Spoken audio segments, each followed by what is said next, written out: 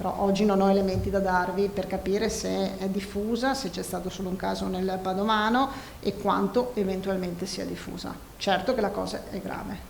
Tramite Azienda Zero, la Regione Veneto ha chiesto una relazione all'ULSS di Padova per una verifica complessiva delle cosiddette prenotazioni multiple per sottoporsi a vaccino, vale a dire prenotazioni anche a nome di parenti o amici utilizzando il proprio codice fiscale, scoperte dall'ULSS Euganea tra quelle destinate alla vaccinazione del personale scolastico. Fatta chiarezza sui fatti, saranno valutate le azioni da intraprendere. Credo che i furbetti non debbano trovare spazio, insomma, in una questione che riguarda appunto l'intera popolazione, che riguarda appunto tutte le fasce d'età, ma soprattutto con un concetto che in questo momento noi abbiamo un piano e stiamo cercando di rispettare il piano.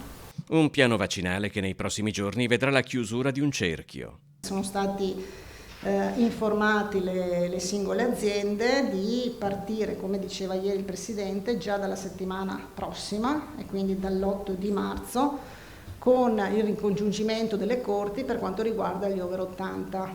Parallelamente continua la vaccinazione del personale scolastico e delle forze dell'ordine. Abbiamo iniziato, come diceva ieri il Presidente, a distribuire anche per le prime 3 categorie, che sono quelle di soggetti fragili con patologie particolari, che verranno vaccinate nei centri di riferimento regionale.